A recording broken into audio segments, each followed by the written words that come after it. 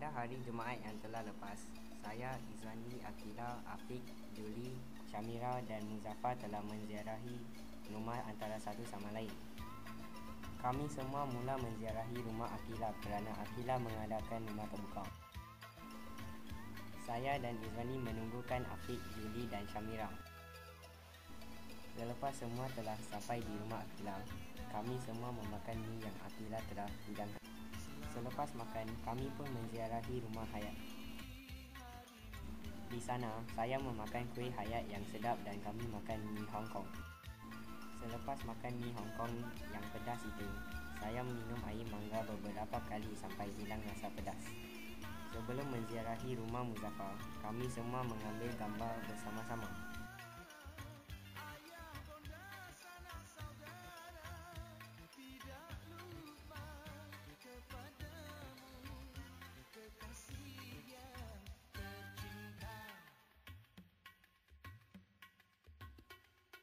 Selamat Hari Raya, Selamat Hari Raya. Di rumah Muzaffar, saya telah nampak seekor kucing. Nasib baik tiada sesiapa pun yang takut kepada kucing. Di sana, saya makan kuih dan gula-gula yang dihidang di atas meja. Sofanya terdapat banyak bulu kucing.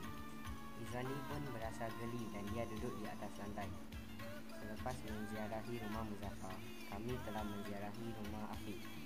Di rumahnya, kami makan sedikit kuih sahaja kerana semua sudah kenyang. Apabila Afiq menghidangkan epok-epok, rakan-rakan saya mengambilnya dan makan kecuali saya dan Izwandi. Selepas makan, kami mahu pergi ke rumah saya yang berdekatan dengan rumah Afiq.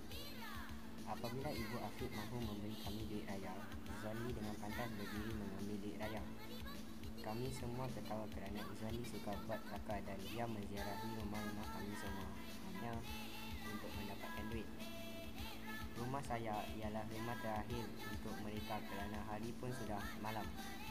Di rumah saya, ibu menghidangkan puding kepada semua yang telah datang.